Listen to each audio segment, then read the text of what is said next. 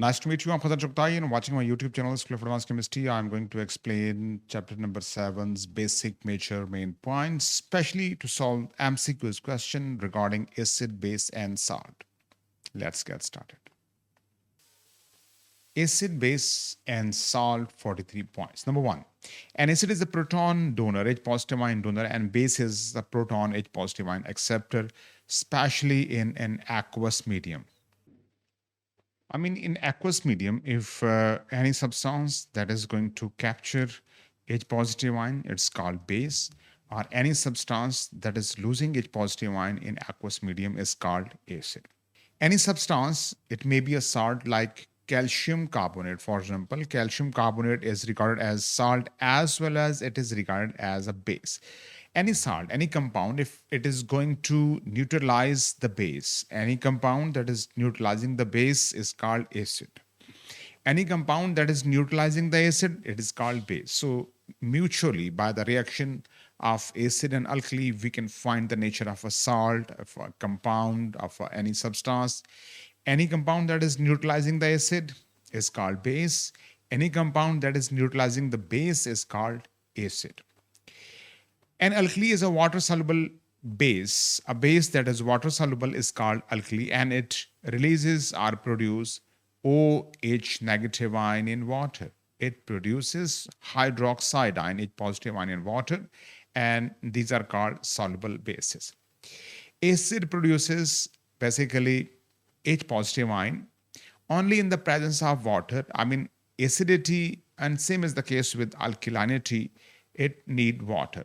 So without water, you cannot judge, you cannot check the presence of H positive ion or the nature of a compound. Either it is going to lose H positive ion or not. So water is necessary for the acidic nature of a substance or alkaline nature of the substance.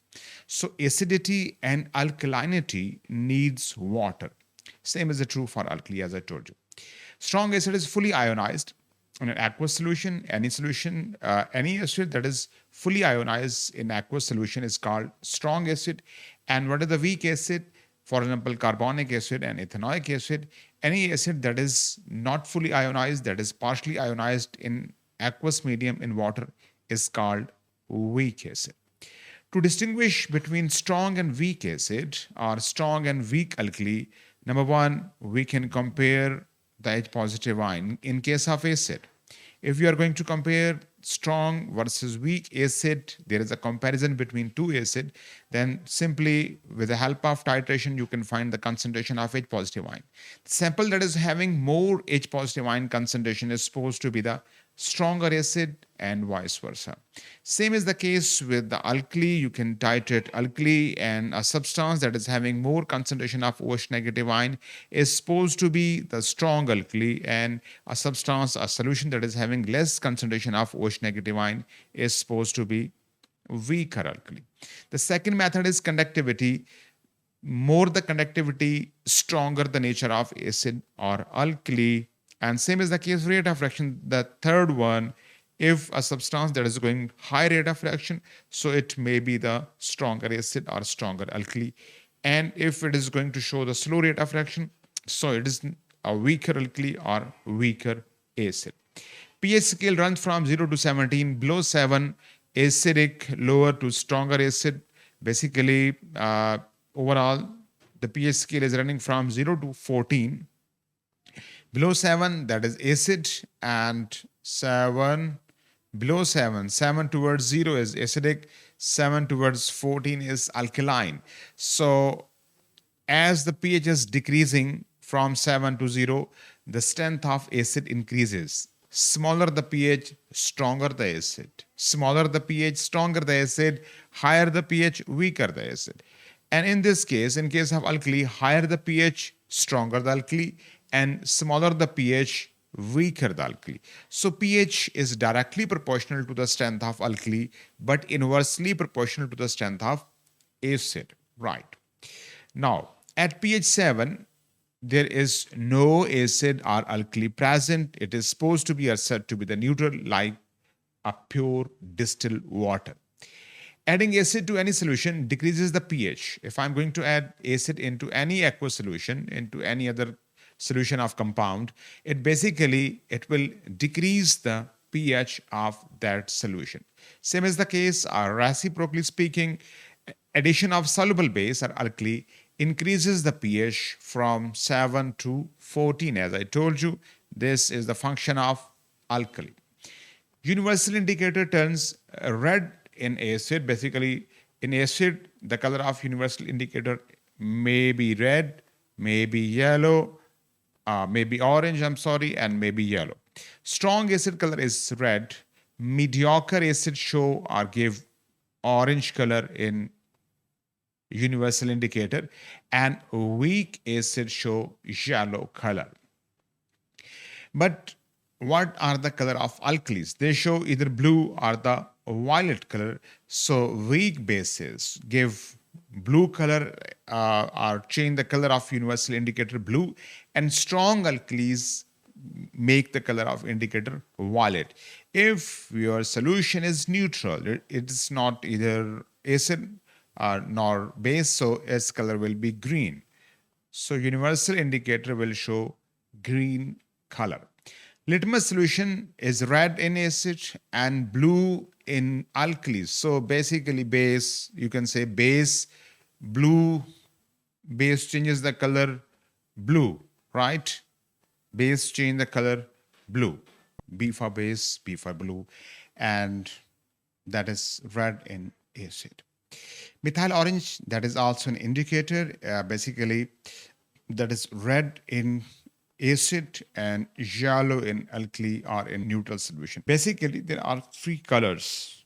In case of methyl orange, there are again same three color. ROY is a hint, ROY. So it's red in acid at pH level is equal to 7. In neutral level, it's orange in color, and finally it's yellow color in alkali.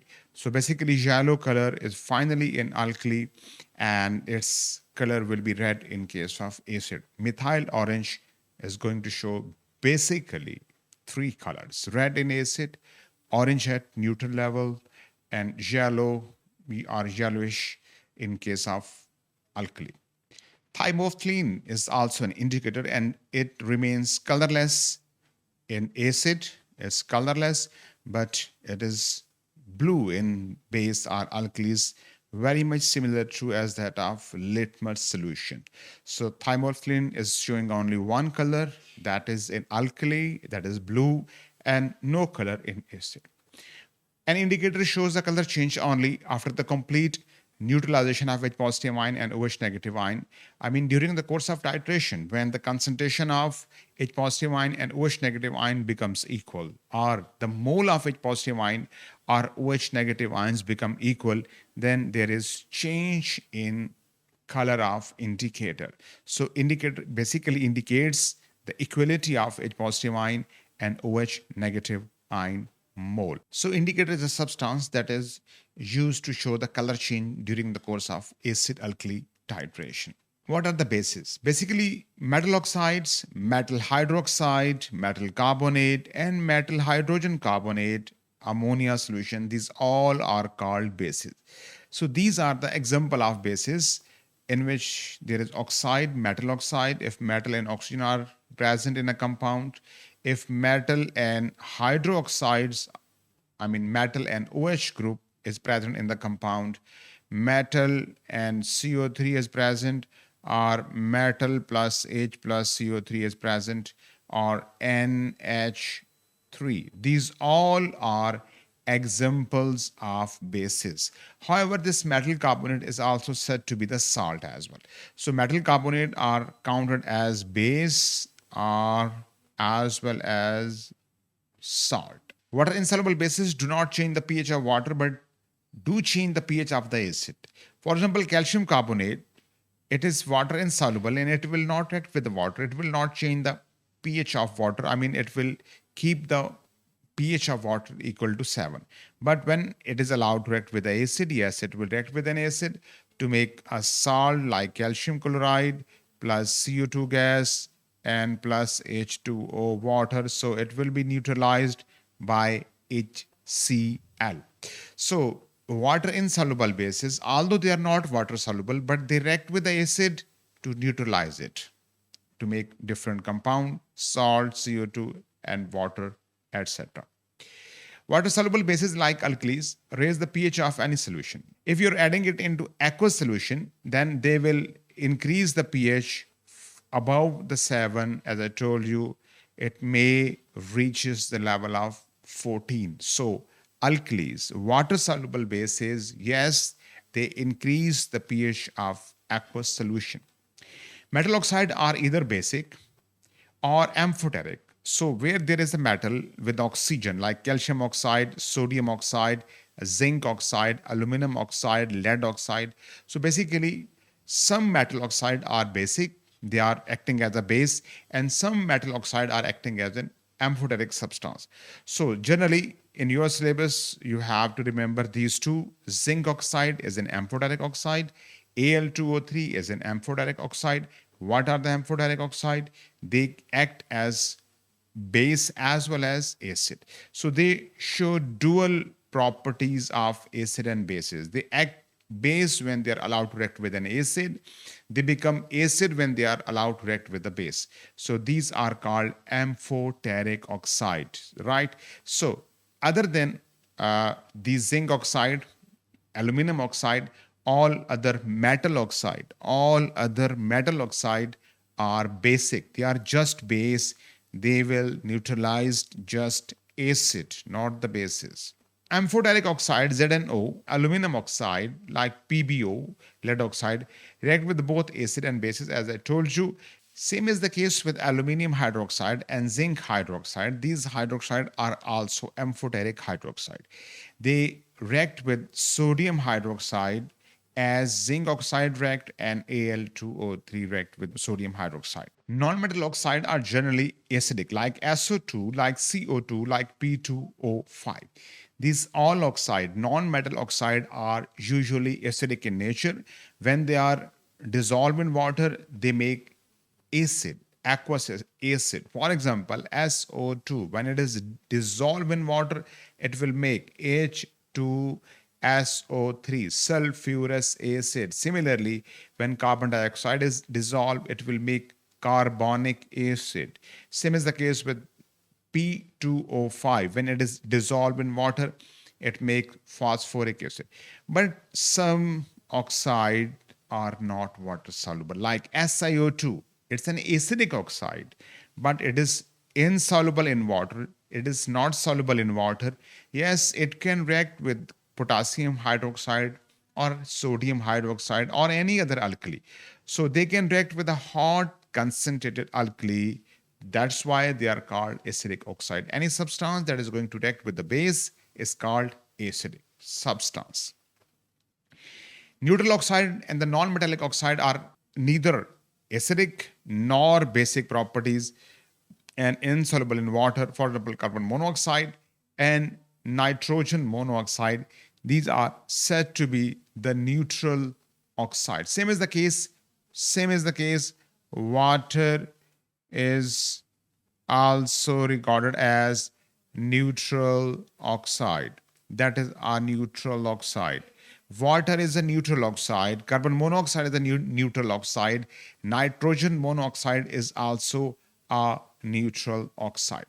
Acid reacts with the metal above the copper in their activity series to make salt and hydrogen gas. So if the metal that is going to react with the acid is above in their activity series than copper, then it will make two products, two substances, hydrogen and salt.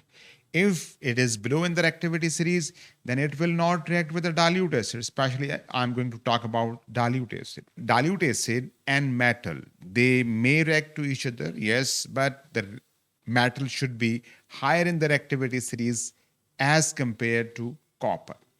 Acid neutralize base and alkali to produce salt and water. Two major main products are there. I mean, acid plus base are alkali.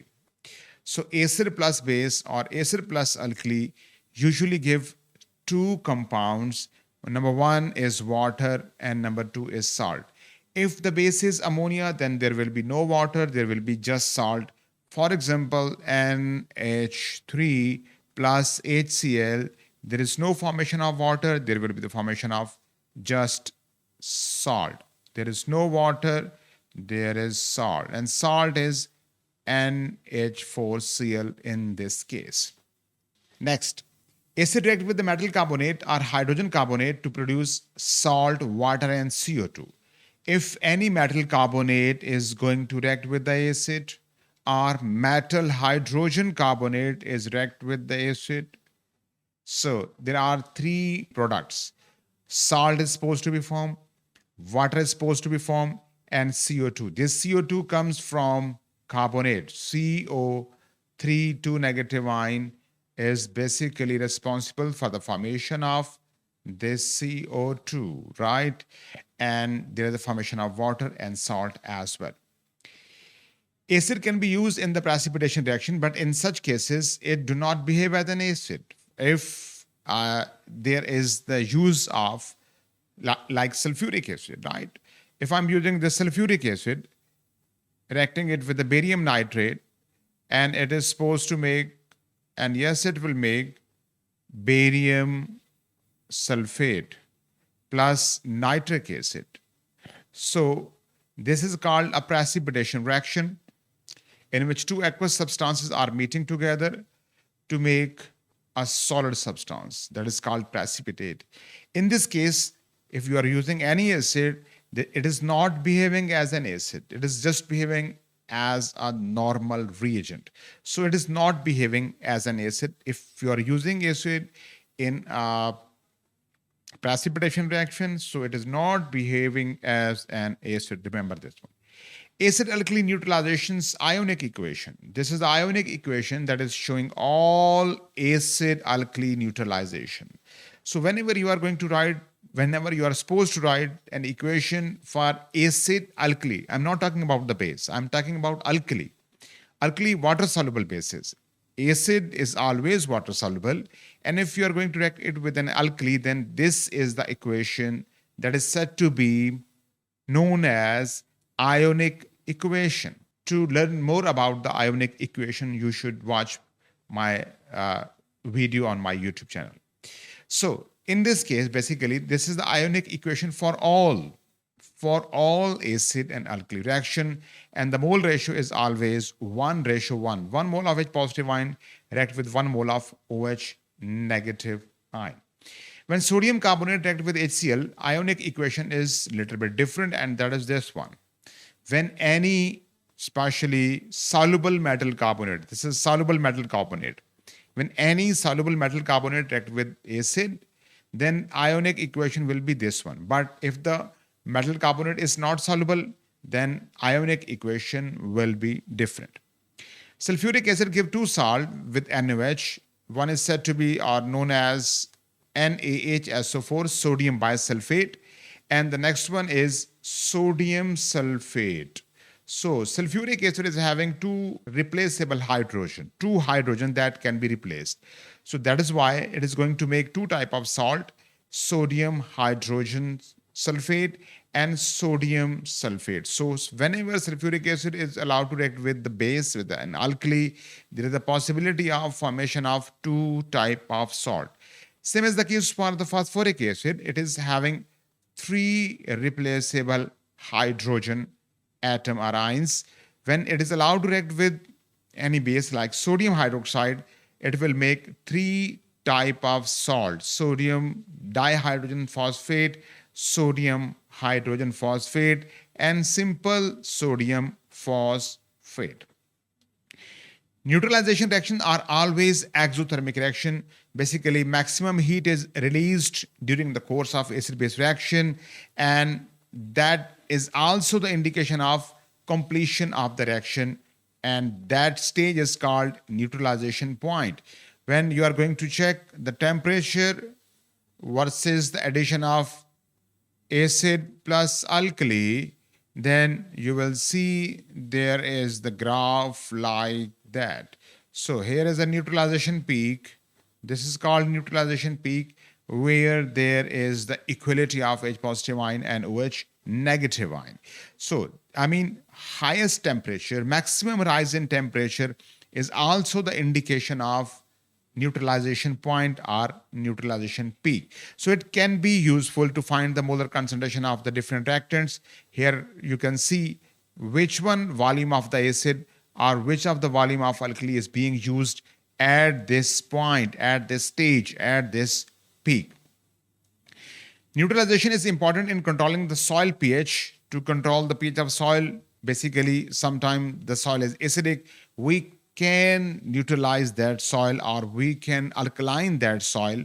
That is usually basically done with the help of lime. Calcium oxide is the lime, or slacked lime, that is calcium hydroxide. So basically, generally, these type of limes are used to neutralize the acidic soil and to increase their pH towards alkaline. In other words, if you want to make your soil alkaline, then you will either use calcium oxide or calcium hydroxide. Yes, you can also use calcium carbonate as well, but calcium carbonate will not make the soil alkaline. It will just keep the pH level till 7, right? Remember that.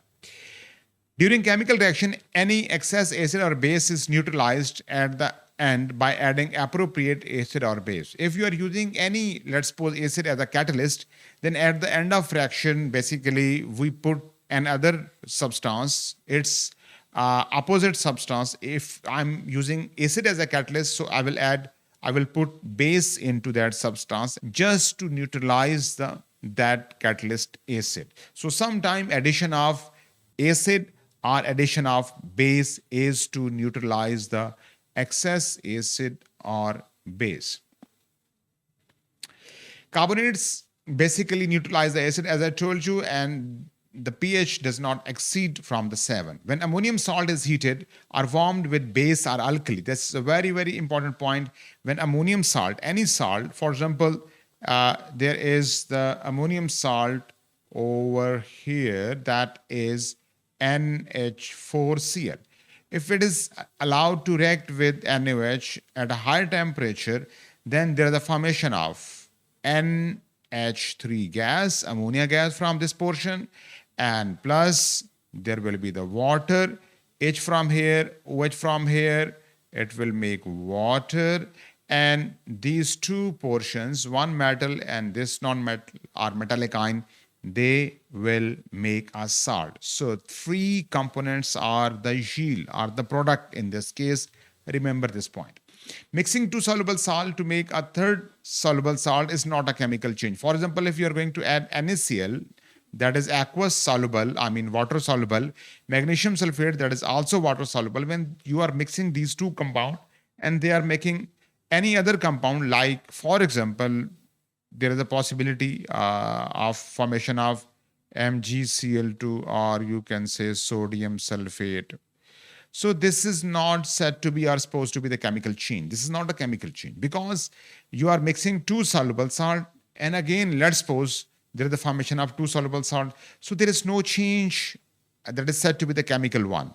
Why it's not a chemical change? When we call it chemical change, whenever there is formation of any gas like hydrogen gas, like carbon dioxide gas, or any other gas, if there is a formation of liquid like H2O liquid, if there is a formation of any insoluble salt like barium sulfate solid, so if your product or yield is going to have any insoluble gas, insoluble liquid, or insoluble solid, at that time we call, yes, the reaction is happening. Otherwise, it is not considered as a chemical reaction. Neutral salt do not change the pH of soil. For example, if you're adding NaCl into the soil, it will not change the pH of soil. It will keep the pH of the soil as it was. Lime is the common name of calcium oxide. Slacked lime is the common name of calcium hydroxide, and they both are used to treat the acidic soil, as I told you in my previous point. Lime water, this is called calcium hydroxide, aqueous calcium hydroxide. This is the solid calcium hydroxide. Its name is slacked lime. And if you are having aqueous calcium hydroxide, it is called lime water. And this is called soda lime or caustic soda, that is sodium hydroxide. So these are the common name of these bases. Baking soda or cooking soda is sodium bicarbonate, and I mean sodium hydrogen carbonate, and the washing soda is sodium carbonate. So the common name of sodium carbonate is washing soda, and the common name of sodium hydrogen carbonate is baking or cooking soda. And you can see there is presence of hydrogen atom, and it is said to be the acidic salt. And so cooking soda or the baking soda is an acidic compound, you can say. Soluble salt are prepared by neutralization or by reacting acid with the excess insoluble base or carbonate. Sometimes some soluble salt can be produced by the acid and with insoluble base. For example, I am going to react HCl plus FeOH thrice. It is insoluble base. It is not water soluble. All acids are soluble, and here there will be the formation of FeCl3, iron 3 chloride salt, and it is soluble salt. So this is one of the methods that you can make the soluble salt. There are basically 4 methods. You can mix acid plus metal hydroxide, acid plus metal oxide, acid plus metal carbonate. There are basically 4 ways to make soluble salt. As I told you, insoluble salt are prepared by precipitation method. Basically, that is the mixing of 2 soluble salt solutions and then filter off. For example, I want to make AgCl, silver nitrate aqueous plus NaCl aqueous goes to AgCl. Once again, I mean silver nitrate aqueous, NaCl aqueous to make a precipitate, that is AgCl, plus aqueous sodium nitrate is supposed to be formed. So in this whole journey, in this whole sequence, only one solid is supposed to be formed.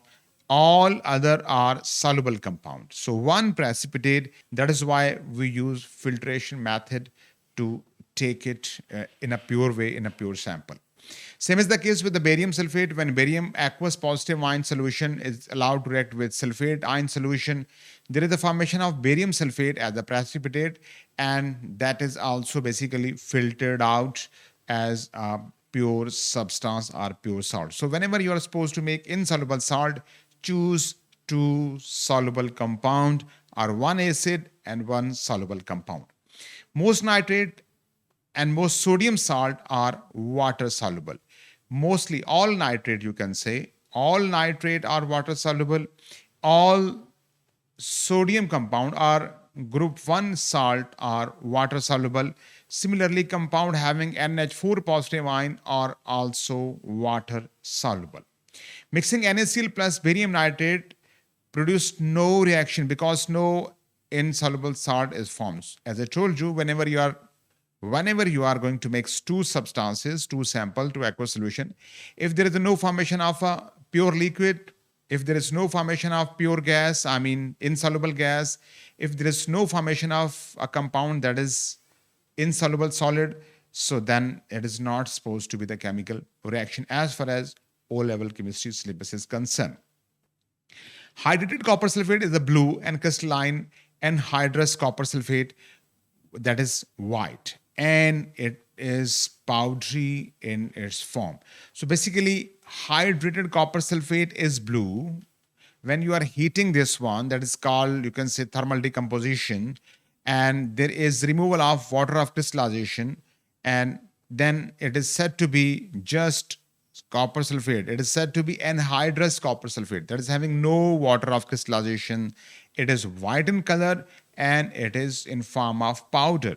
But the hydrated copper sulfate is a blue and it is having crystalline structure. The next thing, the main other thing is copper sulfate is having .5H2O, water of crystallization. This number is very important. You will have to memorize this number, not 6, not 4, 5. And that is all about the revision for MCQs of this chapter. Please subscribe my channel, hit the bell icon, and share it with your friend. Thank you. Thank you very much. Have a nice day.